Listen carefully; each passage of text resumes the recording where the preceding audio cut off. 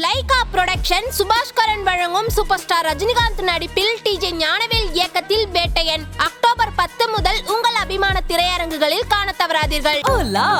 Your dream vacation to Dubai starts from rupees 29,999 only with GT Holidays, South India's #1 travel brand.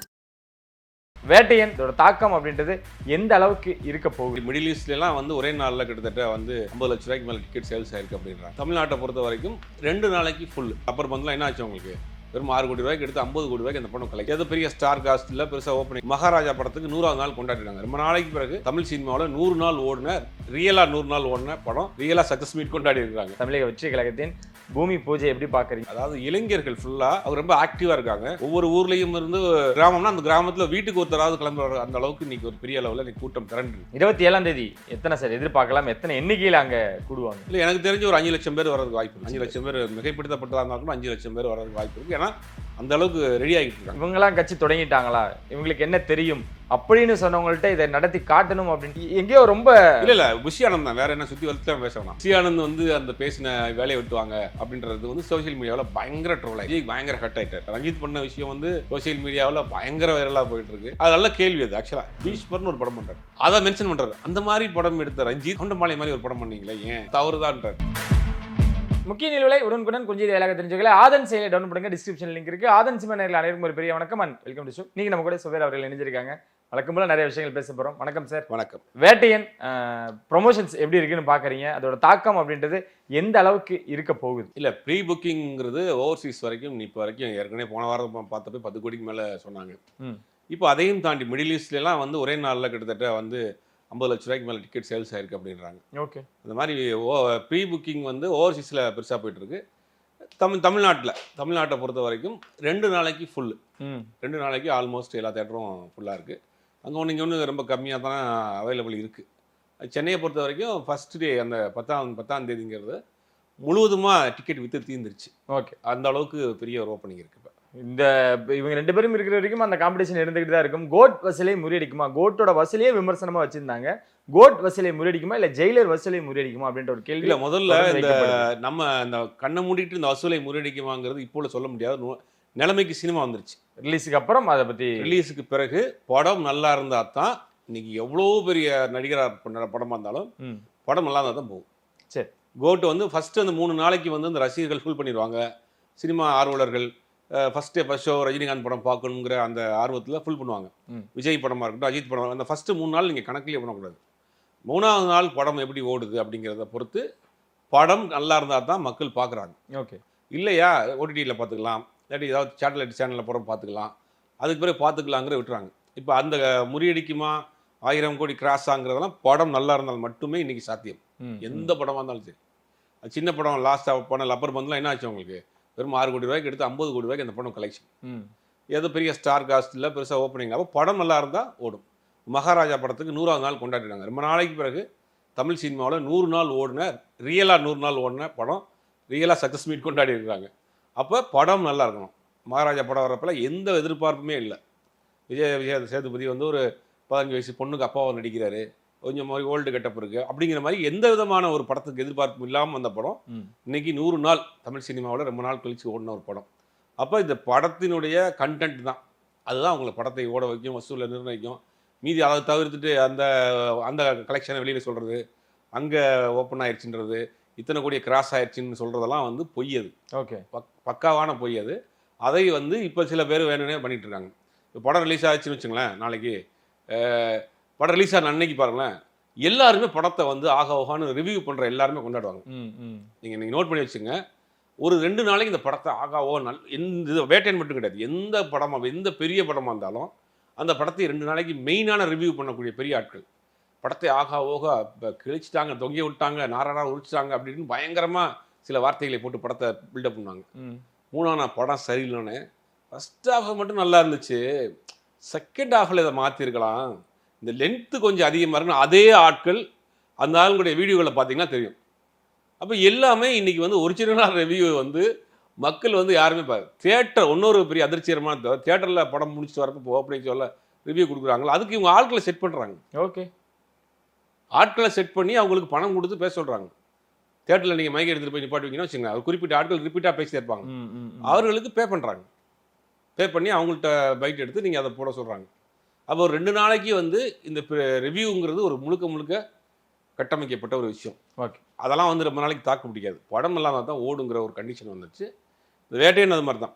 படம் இப்போதைக்கு பெரிய opening இருக்குது, பெரிய எதிர்பார்ப்பு இருக்குது, அந்த பாட்டுக்கிட்டு சூப்பர் ஸ்டார் அப்படிங்கிற ஒரு மாஸ் இருக்குது, படம் நல்லா வந்திருக்குன்ற மாதிரி தான் சொல்கிறாங்க. படம் எப்படி இருக்குங்கிறது தான் அடுத்தடுத்து அந்த கலெக்ஷனு, அந்த படத்தை இது பீட் பண்ணுமா, இந்த படத்தை அதை பீட் பண்ணுமா அப்படிங்கிறதெல்லாம் அடுத்த பிறகு தான் தெரியும். எப்படி இருக்கார் சார் சூப்பர் ஸ்டார் அவர்கள்? இல்லை, படம் நல்லா வந்திருக்குன்ற மாதிரி தான் டாக். படம் நல்லா வந்து அவரும் இப்போ ஓரளவுக்கு நார்மலாக ஆகிட்டு வர்றாரு. அடுத்த மாதத்துலேருந்து அவரும் கூலி ஷூட்டிங் போகிறதா தான் தகவல் சொல்கிறாங்க. ஓகே. இதுக்கு முன்னாடி அவருக்கு உடல்நிலை பிரச்சனை இருந்தாலும் லோகேஷ் அவர்களும் பதிவு பண்ணியிருந்தாங்க. கூலியில் தான் அந்த பிரச்சனை அதிகமாச்சா இல்லை? இல்லை, அவருக்கு 2012 ஒரு மேஜர் சர்ஜரியே பண்ணாங்க. நிறைய பேருக்கு தெரிஞ்சிருக்கும் அது. சரி. அந்த சர்ஜரி பண்ணிட்டுலாம் அன்னைக்கு ஒரு ரொம்ப அபாயகரமான கட்டத்தில் இருந்தார். அது தப்பிச்சு வந்ததே ஒரு பெரிய விஷயம், பெரிய காட் கிஃப்ட். அது பெரிய நிறைய ரசிகர்களுடைய பிரார்த்தனை, அதுன்னு தப்பிச்சு வந்தார். அதுக்கு 2020 கொரோனா உச்சகட்டத்தில் இருக்கிறப்ப அவருக்கு இதே மாதிரி ஒரு சின்ன ப்ராப்ளம் வந்து இதே அப்போலோவில் அட்மிட் பண்ணாங்க. வயசு ஒன்று இருக்குது, அவருக்கு உண்டான நிறைய ப்ராப்ளம் இருக்குது. அதெல்லாம் சேர்ந்து கொஞ்சம் ஸ்டெயின் பண்ணி வேலை செய்கிறப்ப இந்த மாதிரியான பிரச்சனைகள் வருது. யாரை சொல்லி இதில் குத்தம் கிடையாது. இது வந்து வயது, அதுக்குள்ள ஏற்கனவே இருக்கக்கூடிய சில பிரச்சனைகள், அதெல்லாம் அவருக்கு அன்னைக்கு காமிச்சிருக்கு, அவ்வளோதான். இதில் வந்து நம்ம அவரை குத்த சொன்னோம், இவரை குத்த சொன்னோம் அப்படிங்கிறதெல்லாம் எப்படின்னா, ஒரு யங் ஹீரோவை கூட்டு போய் இந்த மாதிரியான விஷயங்கள் பண்ணியிருக்காங்க, அவருக்கு ஏதாவது ஒரு இதாகிடுச்சுன்னா கூட நம்ம சொல்லலாம். அவருக்கு பேசிக்காகவே நிறைய ப்ராப்ளம் இருக்குது, வயசு இருக்குது, அதனால அந்த மாதிரி ஆயிருக்கு. ஓகே. ரஜினி அவர்கள் மணிரத்னமோட இணையிறது உண்மையா சார்? உறுதி ஆயிருக்கா? என்ன நிலையில இருக்கு? இல்லை, இது யார் கிளப்பி விட்டானே தெரியல. சரி. என்னன்னா இது முடிஞ்சிச்சு, தக் லைஃப் படம் முடிஞ்சிச்சு. ஆமா. தக் லைஃப் முடிஞ்சு கமல் வந்து இப்போ யூஎஸ் போயிட்டாரு, யூஎஸ்லாம் இருக்கிறாரு. வந்து அந்த டீம் தான் ஒரு படம் பண்ணுறதாக ஒரு பிளான் இருக்குது. மீண்டும் இணையறாங்க, மீண்டும் கமல் அண்டு மணிரத்னம் இணைந்து பண்ணுறதாக ஒரு பிளான் இருக்குது. அதுதான் நடக்கிறதுக்கு வாய்ப்புகளும் இருக்குது. ஓகே. ஆனால் இது எப்படி சொன்னாங்க, யார் கிளப்பி விட்டாங்கன்னு தெரியல. இவர் லைனப்பே இப்போ ஃபுல்லாக இருக்குது. இப்போ இவர் பார்த்தீங்கன்னா இம்மீடியட்டாக அந்த கூலி முடித்தோடனே ஜெயிலர் 2 பண்ணுறாரு. அப்புறம் மாரி செல்வராஜ் படம் பண்ணுறதாக ஒரு பேச்சுவார்த்தை நடந்துகிட்டு இருக்கு. இந்த மாதிரி ஒரு சிட்டிங் கூட நடக்கல, ஒரு பேச்சுவார்த்தை கூட நடக்கல. இது எப்படி இந்த கதை வந்துச்சுன்னே தெரியல. ஓகே. அதனால அதுக்கு வாய்ப்புகள் இப்போதைக்கு இல்லை. இருந்தாலும் சாத்தியமா மணிரத்னம் ரஜினி ஏஆர் ரகுமான் அப்படின்ற அந்த காம்போ சாத்தியமா? ப்ரொடியூசர் நினைச்சா சாத்தியம்தான். ஓகே. ப்ரொடியூசர் நல்ல ஒரு பெரிய சன் பிக்சர்ஸ் மாதிரியோ லைக்கா மாதிரியோ ஒரு பெரிய ப்ரொடியூசர்ஸ் நினைச்சிட்டாங்கன்னா அதை சாத்தியப்படுத்திடுவாங்க. ஆனால் அதுக்கு உண்டான காலம் நேரம் இப்போ இருக்குமாங்கிறது தெரியல. அதனால அது யாராவது பெரிய ஆள் முயற்சி எடுத்தால் நடக்கும், ஒரு பெரிய தயாரிப்பாளர் முயற்சி எடுத்தாருன்னா நடக்கும். பட் எனக்கு தெரிஞ்ச வரைக்கும் இப்போதைக்கு அந்த மாதிரியான ஒரு தகவலே இல்லை. மருத்துவமனையில் அவர் அனுமதிக்கப்பட்ட பொழுது நிறைய பேர் சீக்கிரமாக நலம் பெறணும் அப்படின்னு ஒரு அறிக்கையெல்லாம் விட்டுருந்தாங்க. குறிப்பாக விஜய் அவர்கள் டிவிக்கே விஜய் பக்கத்துலேருந்து அறிக்கை கொடுத்திருந்தாரு. ரஜினி அவர்கள் வெளியே வந்ததுக்கப்புறம் நிறைய கட்சித் தலைவர்களுக்கு வந்து மென்ஷன் பண்ணி நன்றி தெரிவித்து போட்டிருந்தாங்க. விஜய் அவர்கள் சொல்லலை அப்படின்ற ஒரு வருத்தமும் அவங்க ரசிகர்கள்ட்டையும் இருக்குது, இந்த நியூட்ரலாக இருக்கவங்கள்ட்டையும் இருக்குது. ஏன் சார் அது மென்ஷன் பண்ணலை? இன்னும் நடிகராக தான் பார்க்குறாரா ரஜினி அவர்கள் விஜயை? இல்லை, நிறைய பேர் வாழ்த்து சொன்னாங்க. அவர் குறிப்பிட்ட ஒருத்தர் மட்டும்தான் முதலமைச்சருக்கும் அப்புறம் பிரைம் மினிஸ்டர் கூட ஒரு வாழ்த்து சொல்லி திருப்பி நன்றி சொல்லலையே. பிரைம் மினிஸ்டர் முதல்ல எடப்பாடி அவர்களுக்கு சொல்லியிருந்தாரு, குறிப்பிட்ட சில நெருக்கமான ஆட்களுக்கு அந்த மாதிரியான விஷயங்கள் செய்யலாம். ஒருவேளை அவர் நம்மள ஃபுல்லா ரெக்கவரி ஆன பிறகு திருப்பி சொல்றதுக்கு வாய்ப்பு இருக்கு. நீங்க பிரைம் மினிஸ்டர் சீக்கிரம் வரணும்னு ட்வீட் போட்டிருந்தாரு, அது கூட ரிப்ளை வாழ்த்து சொல்லலையே. அப்போ அவர் போடல, வேற ஏதாவது அட்மின் யாராவது போட்டிருக்கலாம், ரேண்டமாக ஒரு போட்டிருக்கலாம் நன்றி. திருப்பி ஒரு வேளை சொல்றதுக்கு வாய்ப்புகள் இருக்கு. கண்டிப்பாக இருக்கு. அதெல்லாம் ஒரு ஜஸ்ட் அவர் வயசு என்ன இருக்கு, அனுபவம் என்ன இருக்கு, இதுல இல்லாம போய் அரசியல் பண்ண போறாரு. சரி, பூமி பூஜை எப்படி சார் பாக்குறீங்க? தமிழக வெற்றி கழகத்தின் பூமி பூஜை எப்படி பாக்குறீங்க? அந்த அதிகாலையிலும் 4 to 6 அத்தனை மக்கள் திரண்டிருந்தாங்க. ஸோ அந்த ரசிகர்கள் திரண்டதையும் தொண்டர்கள் நிர்வாகிகள் எப்படி எடுத்துக்கிறீங்க? இல்லை, ஒரு பெரிய கூட்டம் இருக்கு, அதில் நான் மாற்று கருத்து கிடையாது. ஓகே. அதாவது இளைஞர்கள் ஃபுல்லா அவங்க ரொம்ப ஆக்டிவா இருக்காங்க. ஒரு கட்சிகளுக்கு இளைஞர்கள் சேரப்போ அது புதுசாக வந்து அந்த கட்சி வந்து ரொம்ப ஃபாஸ்டா இருக்கும். அந்த மாதிரி ஒரு பெரும் கூட்டம் இருக்கு. இப்போ நமக்கு வரக்கூடிய தகவல்லாம் பார்த்தீங்கன்னா ஒவ்வொரு ஊர்லேயும் இருந்து ஒரு கிராமம்னா அந்த கிராமத்தில் வீட்டுக்கு ஒருத்தராவது கிளம்புற அந்த அளவுக்கு இன்னைக்கு ஒரு பெரிய அளவில் இன்னைக்கு கூட்டம் திரண்டிருக்கு இளைஞர்கள். அதாவது இப்போ எல்லாமே இந்த 18லேருந்து இந்த 20-21 வயசு உள்ள இருக்கிற ஃபர்ஸ்ட் டைம் ஓட்டர்ஸு அவங்க தான் பெரிய அளவில் கூடுறாங்க. பட் அந்த அந்த அந்த அவங்க வந்து ரொம்ப எழுச்சியாக இருப்பாங்கல்ல, ஆக்டிவாக இருப்பாங்கல்ல, அந்த கூட்டம் அங்கே சேரும். மாற்றுக்கருத்து கிடையாது, பெரிய கூட்டம் இருக்கு. அந்த கூட்டத்தை மட்டும் வைத்துக்கொண்டு அரசியல் செஞ்சிட முடியுமாங்கிறது சந்தேகம் தான். ஆனா அந்த பூமி பூஜை அன்னைக்கு கூட்டின கூட்டத்தை எதிர்பார்த்தாங்களா சார் அவங்களே, இல்லை இது திட்டமிட்டு வந்த கூட்டம் தானே அது? இல்லை, அதெல்லாம் சொல்லி தான் வந்திருப்பாங்க. அதெல்லாம் வந்து நீங்கள் இந்த இடத்துல பூஜை போட போகிறோம் இன்னைக்குங்கிறது எல்லாருக்குமே ஃப்ளாஷ் பண்ணிட்டாங்க. ஓகே, எண்ணிக்கை காட்டுறதுக்காக. ஆமாம், அந்த இடத்த சுற்றி இருக்கக்கூடிய அது பகுதியில் இருக்கக்கூடிய நிர்வாகிகள் ரசிகர்கள்லாம் வருவாங்களா, ஒருவேளை அவர் வந்திருக்கலாம், வரலா போகிறான்ற வந்த கூட்டமாக கூட இருக்கலாம். விஜய் அந்த பூமி பூஜைக்கு வருவார் அப்படிங்கிற ஒரு கூட்டம் இதெல்லாம் நீங்கள் வந்து அரசியலாக வந்து பார்க்கவே கூடாது. விஜய் வந்து இன்னைக்கு வரைக்கும் ஒரு டாப்பில் இருக்கக்கூடிய ஒரு நடிகராக தான் இருக்கு. ஆமாம், இன்னைக்கு அவர் போய் ஏர்போர்ட்ல என்ன கூட 50,000 பேர் சேருவாங்க, 10,000 பேர் சேருவாங்க. இப்போ நீங்கள் மதுரை எடுத்துக்கிட்டீங்கன்னு வச்சுக்கலாம், மதுரை வந்து சினிமாவை ரசிக்கக்கூடிய நிறைய பகுதிகள் இன்றைக்கும் வந்து நிறைய எல்லா நடிகர்களுக்குமே அங்கே பெருசாக ரசிகன் மன்றம் இருக்கும் மதுரையில். சின்ன சின்ன நடிகர்கள் கூட ரசிகன் மன்றம் வச்சுருக்கோம். ஒருத்தர்லாம் இருந்தார். அவர் என்ன பண்ணுவார்னா, காலையில் மதுரையில் லாரி வருது இல்லையா, அந்த காய்கறி லோடு எடுத்து வர லாரி, அந்த லாரியில் வந்து ஏறி வந்துட்டு முரளியோட தீவிரமான ரசிகர் ஒருத்தர். ஓகே. அவர் வந்து என்ன பண்ணுவார்னா, காலையில் வந்து லாரியில் இறங்கிட்டு இந்த கறி கட்டை இருக்கு இல்லையா, அதை எடுத்துட்டு வால் பூரா வந்து கடவுள் முரளி வாழ்க அப்படின்னு எல்லா ஏரியாலும் எழுதி வச்சுட்டு திருப்பி லாரியில் ஏறி போயிடுவார். இது பல வருஷமாக செஞ்சுட்டு இருந்தார் ஒருத்தர். அப்போ முரளி அவர் நேரம் கூட பார்க்குறேன், இடையில ஒருக்கா கூப்பிட்டு பார்த்தாங்கன்னு நினைக்கிறேன். சென்னையில் எங்கே பார்த்தாலும் அந்த அந்த எழுத்து இருக்கும், முக்கியமான இடங்களில் கடவுள் முரளி வாழ்க அப்படின்னு. அந்த மாதிரியான ரசிகர்கள் எல்லா நடிகர்களும் இருப்பாங்க. அப்படிங்கும்போது இவர் ஒரு உச்ச நட்சத்திர நடிகர். அப்படிங்கும்போது இவருக்கு ஒரு கூட்டம் வரத்தான் செய்யும். அது இளைஞர்கள் கூட்டம், ரொம்ப ஆரவாரமாக எழுச்சியோட முதல் முறை அரசியலை பார்க்குறாங்க, முதல் முறை அரசியல் களத்துக்கு போகிறாங்க. அப்படிங்கும்போது ஆர்வம் இருக்கும் இல்லையா, அந்த கூட்டம் வரத்தான் செய்யும். இது இந்த கூட்டமே திட்டமிட்ட கூட்டமா, எதிர்பாராத இவ்வளவு பேர் வந்துட்டாங்க அப்படி இல்ல, அது இங்க அது ஆட்டோமேட்டிக்கா சொல்லப்பட்ட கூட்டம் தான். ஓகே. விஜய் அங்க வருவார் பூஜைக்கு அப்படின்னு தெரிகிறப்ப சுத்தி இருக்கக்கூடிய ரசிகர்கள் சேர்த்தானே செய்வாங்க. 27ஆம் தேதி எத்தனை சார் எதிர்பார்க்கலாம்? எத்தனை எண்ணிக்கையில் அங்க கூடுவாங்க? இல்ல, எனக்கு தெரிஞ்சு ஒரு 5 லட்சம் பேர் வரதுக்கு வாய்ப்பு இருக்கு. 5 லட்சம் பேர் மிகைப்படுத்தப்பட்டதா இருந்தாலும் 5 லட்சம் பேர் வரதுக்கு வாய்ப்பு இருக்கு. ஏன்னா அந்த அளவுக்கு ரெடி ஆகிட்டு இருக்காங்க எல்லா ஊர்லயும். இல்ல, அந்த பூமி பூஜை முடிஞ்சதுக்கு அப்புறம் விஜய்கிட்ட இருந்து ஒரு அறிக்கை வருது, அதுல ஒரு ஒரு கோபமும் இருக்கு.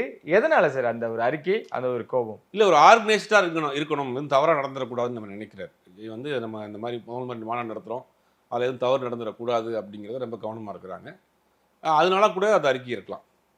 இல்ல, இருந்தாலும் நம்மள வந்து இவங்கெல்லாம் கட்சி தொடங்கிட்டாங்களா, இவங்களுக்கு என்ன தெரியும் அப்படின்னு சொன்னவங்கள்ட்ட இதை நடத்தி காட்டணும் அப்படின்னு எங்கேயோ ரொம்ப இல்ல புஷி ஆனந்த் தான், வேற என்ன சுத்தி வளர்த்து பேச வேணாம். புஷி ஆனந்த் வந்து அந்த பேசின வேலையை விட்டுவாங்க அப்படின்றது வந்து சோசியல் மீடியாவில் பயங்கர ட்ரோல் ஆயிடுச்சு. அப்படிங்கும் போது விஜய் பயங்கர ஹட் ஆயிட்டார். வந்து என்னடா இப்படி ஆகிப்போச்சு அப்படிங்கிற மாதிரி, வெண்ணெய் திரண்டு வரப்போ தாலியை உடைக்கிறன்ற மாதிரி இப்போ தான் கொஞ்சம் திரண்டு வருது, இவர் ஒரே இடத்துல உடைச்சிட்டாரு அப்படிங்கிற மாதிரி அந்த சோசியல் மீடியாவில் பண்ண ட்ரோல் வந்து அவருக்கு ரொம்ப காயப்பட்டிருக்கு. அதனால தான் வந்து எங்களை இலேசாக நினைக்காதீங்க, நாங்கள் வந்து இப்படி நடத்தி காட்டுறோம் பாருங்க அப்படிங்கிற மாதிரி அதை சொல்கிறார். ட்ரோல் மெட்டீரியல் கிடையாதுன்னாங்க அப்படின்னு காட்டுறாரு. அதுக்கு தான் அது அறிக்கை. அதுக்கு வந்து அறிக்கை தான் அது. அன்னைக்கு காலையில் இந்த பூஜைக்கு வரல, 69 பூஜையும் அன்று அதே நாளில் நடக்குது, அங்கே கலந்துக்கிறாரு. இதெல்லாம் விமர்சனம் ஆகணும் தெரியுமா சார்? விமர்சனம் ஆகணும்னு தெரிஞ்சா கூட இப்படி யோசிச்சு பாருங்களேன். அவருடைய அணிக்கக்கூடிய கடைசி திரைப்படம். ஆமா, அந்த படத்துக்கு பூஜைக்கு போகணுங்கிற ஒரு சென்டிமெண்ட் இருக்கலாம்ல. சரி, அது காலையில முடிச்சுட்டு மாலையில இங்க கலந்துக்கிட்டா அது இன்னும் கொஞ்சம் இல்லம்மா. பூமி பூஜைங்கிறது அவர் போய் என்ன செய்ய போறாரு? சரி, அதுக்கு அந்த எல்லா மத இதுலேயும் கூட்டு வந்து ஏதோ பண்ணாங்கன்னு சொல்றாங்க. எல்லா மதத்துலேருந்து முக்கியமான அந்த மத குருமார்களை வைத்து தான் பூஜை பண்ணியிருக்கிறாங்க போல. அப்படிங்கும்போது அதில் அவருக்கு என்ன பெருசாக இருக்க போகுது? நம்ம நடிக்கக்கூடிய கடைசி படம், அதுக்கு ஒரு பூஜை நடக்குது, அதுக்கு போயிடுவோம். இனிமேல் அடுத்தடுத்து நம்ம மாநாடுகள் போட தானே போகிறோம். இது நீ அடுத்த ஒரு படத்துக்கு பூஜை போடுவோமா என்னன்னு தெரியாதுல்ல. ஓகே, சென்டிமெண்ட்டாக அதுக்கு போகணுன்னு போயிருக்கிறாரு. ஓகே. ஆனால் விஜய் அதை பார்த்ததுக்கப்புறம் நம்ம இல்லையே அப்படின்றது மிஸ் பண்ணிருப்பாங்க. ஏன்னா நிர்வாகிகள் அங்கே வந்தவங்களாம் பாதி பேரும் இல்லை, பெரும்பாலும் இந்த மாதிரியான பூஜைகளுக்கு கட்சியினுடைய தலைவர்கள் போக மாட்டாங்க. ஓகே, அதிமுக திமுக எந்த கட்சியாக இருந்தாலும் ஒரு மாநாடு நடக்குதுன்னா பொதுச் செயலாளர்கள் 2ஆம் கட்ட தலைவர்கள்லாம் போவாங்க. மாநாட்டு பந்தல் வேலை நடந்துகிட்டு இருக்கப்போ தலைவர்கள் சைலண்டாக போய் விசிட் பண்ணுவாங்க. அந்த மாதிரி விசிட் பண்ணிட்டு எப்படி நடக்குது, நைட்டில் போய் ஒரு 2 நாளைக்கு முன்னாடி என்ன வேலை நடந்துருக்குன்னு ஒரு பார்வையிட்டு வருவாங்க.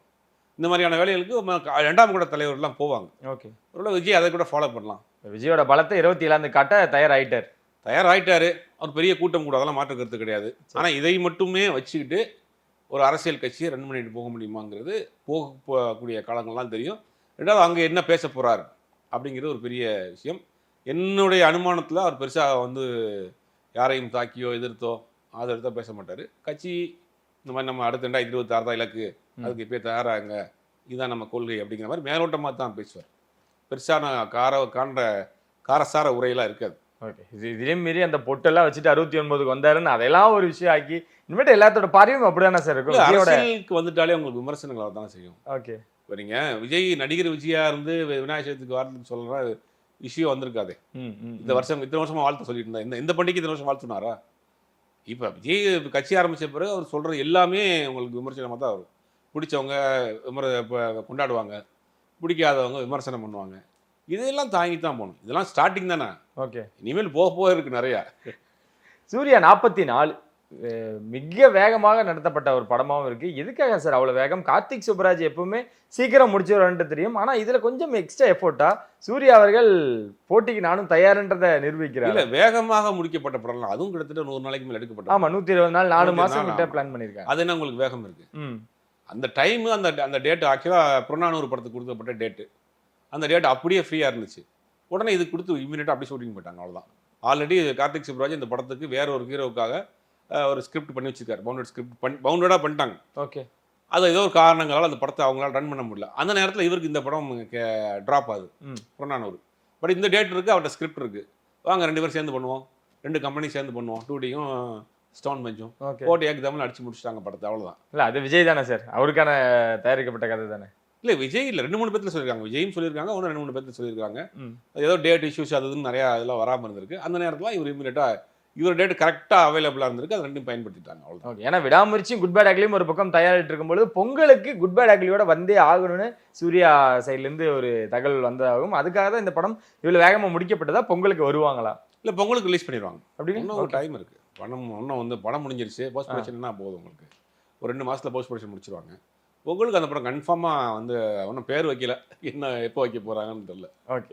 குட் பேட் அக்லி அஜித் அவர்கள் எப்படி இருக்காரு? ஏன்னா நிறைய வீடியோக்கள் பார்க்கப்படுது, புகைப்படம் பார்க்கப்படுறோம். குட் பேட் அக்லியோட ஷூட்டிங் நடந்துட்டு இருக்கு. ஓகே. அதில் அந்த ஷூட்டிங் போனப்போ தான் அந்த வீடியோ அந்த படத்துக்கு தான் டேட்டூலாம் போட்டிருக்காரு. அந்த படத்தை ஏதோ சாங் சீக்வன்ஸ்க்கு. ஓகே. அதுக்காக தான் டேட்டூ போட்டிருக்காரு. இப்போ பெர்மனன்ட் டேட்டூ கிடையாது, சும்மா டெம்பரரி ஸ்டிக்கர். அது சாங் சீக்வன்ஸில் ஏதோ ஒரு விஷயம். அதனால் அந்த ஷூட்டிங் போயிருக்கப்போ தான் ஃபேமிலியோட போயிருக்காரு. அவ்வளோதான். உடல் எடையை குறைச்சிருக்காரு சார் அஜித் அவர்கள்? கொஞ்சம் குறைஞ்ச மாதிரி தான் இருக்கு. அவர் நினைச்சா குறைக்கிறாருன்னு நினைச்சா ஏத்துறாரு. காத்தடிக்கிற பலூன் மாதிரி டப்பு டப்புன்னு ஏத்துறாரு, டப்பு டப்புன்னு இறக்குறாரு. ஓகே. அது எப்படி தான் ஏத்துறாங்க, எப்படி தான் இழக்கிறாங்கன்னு தெரியல.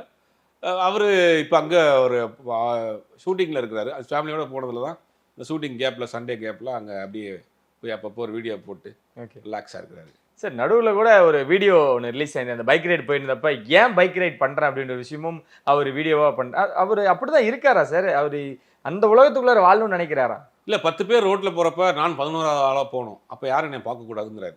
ஓகே. அந்த ஒரு வாழ்க்கையை வாழ்ன்றாரு. அதாவது பயணப்பட்டவங்களுக்கு வாழ்க்கையில் வந்து என்னென்னா ஒரு அனுபவம், பெரிய அனுபவம் எப்படி கிடைக்கும் அப்படின்னா, ஒன்று நிறைய படிக்கணுங்கிறாங்க, இல்லை நிறைய பயணம் பண்ணுன்றாங்க. அது பார்த்தா உங்களுடைய பார்வை வந்து ப்ராட் ஆகும். அஜித் நிறைய பயணம் பண்ணுறாரு, நிறைய பயணம், வெவ்வேறு மக்களை பார்க்குறாரு, வெவ்வேறு மனிதனுடைய வாழ்வியலை பார்க்குறாரு. அவங்க அதான் சொல்கிறாங்க. அந்த நீங்கள் பேசின அந்த வீடியோ கூட பயங்கர வைரல். நீங்கள் உங்கள் மதத்தால் ஜாதியால் நீங்கள் யாருனே பார்க்காத ஒருத்தர் மேலே நீங்கள் வெறுப்பு வச்சுருக்கீங்கன்றார். நீங்கள் இந்த ஒரு குறிப்பிட்ட மதத்தை சேர்ந்ததுக்கு மேலே உங்களுக்கு ஒரு கோபம் இருக்குது. அதனால் அந்த மதத்தை சேர்ந்த எவனோ ஒருத்தன் ஏதோ ஒரு மலை கிராமத்தில் ஒரு டீ கடை வச்சு நடத்துகிறான். அவன் அந்த ஊரை விட்டு கூட வந்திருக்க மாட்டான். அவன் மேலே நீங்கள் வெறுப்பை திணிக்கிறீங்க, வெறுப்பாக இருக்கீங்க. பட் அவனை நீங்கள் பார்த்தது கூட கிடையாது. அவனுக்கு அந்த மதத்துக்கு அந்த மதத்தில் இருந்திருப்பான். அப்போ அந்த பயணம் பண்ணுறப்ப தான் அந்த மாதிரியான மனிதர்களை சந்திக்க முடியும், ஆட்களை பார்க்க முடியும், அவங்களுடைய அனுபவத்தை கேட்க முடியும். ரெண்டாவது, நீங்கள் இந்தியா விட்டுட்டு கிளம்பி ஃப்ளைட் இங்கே டேக் ஆஃப் ஆயிடுச்சுனாலே நீங்கள் வந்து என்ன ஜாதி மதம்லாம் கிடையாது, எல்லாரும் இந்தியன் தான். அங்கே போய் என்னன்னா இந்தியனானு கேட்பான், அவ்வளோதான் முடிஞ்சு போச்சு. அதை வந்து அஜித் வந்து ரொம்ப நாசுக்காக சொல்கிறார். நம்ம இங்கே தான் அடிச்சுக்கிறோம், நம்ம வெளியில் கிளம்பிட்டோம்னா நம்ம எல்லாரும் வந்து ஒரே மாதிரி தான் அங்கே பார்க்குறான். அதனால் வந்து அந்த மாதிரியான வெறுப்பு விதைக்காதீங்கிற மாதிரி ஒரு நல்ல ஒரு விஷயத்த சொல்கிறாரு. அவர் அந்த மாதிரியான ஒரு வாழ்க்கையை வாழணும்னு ஆசைப்படுறாரு. ஓகே. அந்த ஃபேமிலி வீடியோ கூட வைரலானதுக்கு அப்படியே என்ன காரணம்னா, இப்படி இருங்க, நாங்கள் இத்தனை வயசுலேயும் எவ்வளோ அன்பாக இருக்கோம் அப்படின்றத அது அந்த மாதிரியான விஷயங்களை பாசிட்டிவாக எடுத்துக்க வேண்டியது தானே? இல்லை, அது எப்பயுமே ஃபேமிலி மேலே ரொம்ப அட்டாச்மெண்ட்டான நபர், ஜாயின்ட் ஃபேமிலியாக தான் இருக்கிறாங்க. இப்போ வரைக்கும் ஷாலினி ஃபேமிலி இவங்கெல்லாம் ஜாயின்ட் ஃபேமிலியாக தான் இருக்கிறாங்க. அவர் ஃபேமிலி மேலே ஒரு அட்டாச்மெண்ட்டான உள்ள நபர் தான். நீங்கள் அடிக்கடி பார்த்துட்டு பையனை ஸ்கூலில் போய் விடுவார், ட்ரைவ் பண்ணிவிட்டு ஸ்கூல் ஃபங்க்ஷனில் போய் உட்காந்துருப்பார். அந்த மாதிரி பெருசாக வந்து ஒரு வெளியில் அங்கங்கே ஃப்ரெண்ட்ஸ் கூட ஃபேமிலியோட டைம் ஸ்பெண்ட் பண்ணுறது தான் விரும்புவார். அந்த மாதிரி இருக்கிற வீடியோ ரொம்ப ரேர். எனக்கு தெரிஞ்சு ரொம்ப நாள் கழித்து ஃபேமிலியோட இருக்கிற வீடியோ ஒன்று போட்டிருக்காரு. போடவே மாட்டார். அவர் பைக்கில் போகிறது, அங்கே ஏதாவது மலை மேலே நிற்கிறது, ஏதாவது காஃபி ஷாப்பில் சாப்பிட்றது, ஒரு போட்டில் ஏறி போகிற மாதிரியான வீடியோ வந்துகிட்டே இருக்குனால ஃபேமிலி ஃபோட்டோஸை போடவே இல்லை. ரொம்ப நாள் கழித்து அது இந்த ஷாலினிக்கு ஒரு சர்ஜரி ஒன்று நடந்துச்சு சமயத்தில். ஆமாம், சர்ஜரிக்கு முடிஞ்ச பிறகு இவர் கூட்டு போயிருக்காரு இப்போ அப்ராட். அதனால் அந்த நேரத்தில் ரிலீஸ் பண்ணியிருக்காரு ஒரு வீடியோ, அவ்வளோதான். மற்றபடி ஃபேமிலியோட அட்டாச்மெண்ட்டாக உள்ள நம்பர். ஷூட்டிங் கேன்சல் பண்ணிட்டு இந்த சர்ஜரிக்கு இங்கே வந்துட்டாரே அப்படிங்கிற ஃபேமிலி அட்டாச்மெண்ட் உள்ள நம்பர் தான். ஒரு கேங்ஸ்டராக தான் வரப்போகிறா சார் குட் பேட் அக்லியில்? ஆமாம், 3 கேரக்டர்ன்றாங்க, 3 கெட்டப்ன்றாங்க. சரி. அதில் வந்து குட் பேட் அக்லிங்கிற 3 கெட்டப்பில் வர்றாரு. அது மாதிரி ஏன் அது வந்து ஒரு கராத்தே பேஸ்டு ஸ்டோரி, ஒரு கேரக்டர் வந்து கராத்தே பேஸ்டு, அதை வந்து ஜப்பானில் எடுக்கிறாங்க அப்படிங்கிற மாதிரி நிறைய விஷயங்கள் சொல்கிறாங்க படத்தை பற்றி தகவல் வந்துட்டு இருக்கு.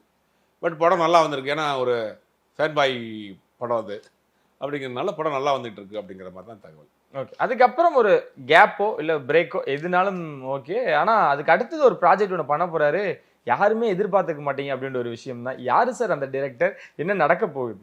இல்லை, நிறைய பேர்த்திட்ட பேசிட்டு இருக்காங்க, இது வரைக்கும் யாரையுமே கன்ஃபார்ம் பண்ணல. சரி, அஜித்தை பொறுத்த வரைக்கும் எந்த நேரத்தில் யாரை கன்ஃபார்ம் பண்ணுறாருங்கிறது ரொம்ப சீக்ரெட்டான விஷயம். பிரசாந்த் நீல் ஏற்கனவே சொன்னோம், அவரை ஒரு செட்டிங் பேசியிருக்கிறாருன்றாங்க, அது சில பேர் இல்லைன்றாங்க. பட் எனக்கு அதுக்கு நடக்கிறதுக்கு கூட அதுக்கு வாய்ப்பு இருக்குது. அந்த மாதிரி பிரசாந்த் நீல் இருக்கிறாரு.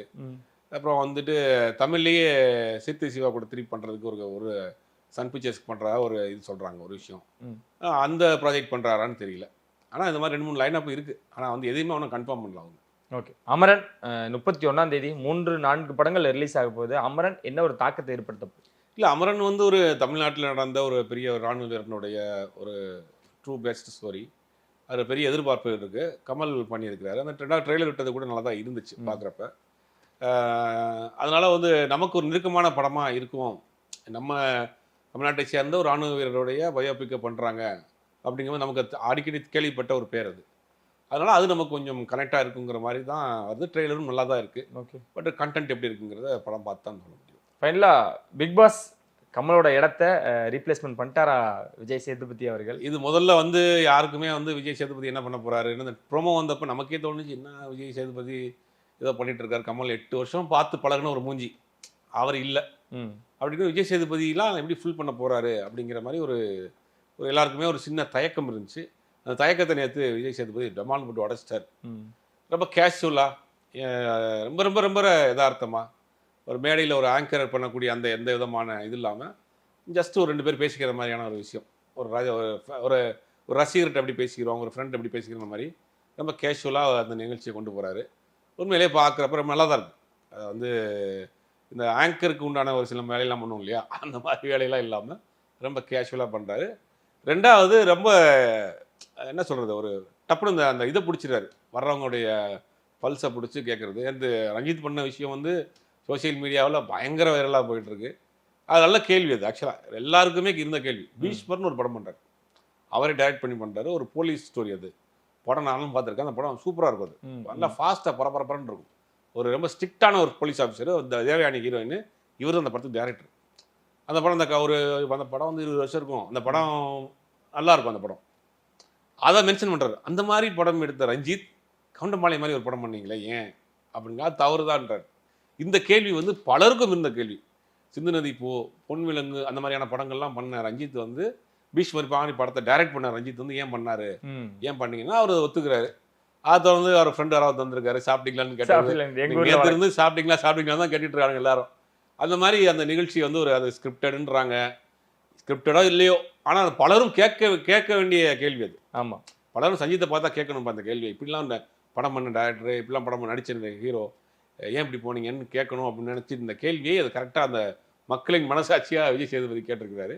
பட் அதை வந்து ரொம்ப ஒரு யதார்த்தமான நிலைக்கு, சகஜ நிலைக்கு வந்துட்டார்.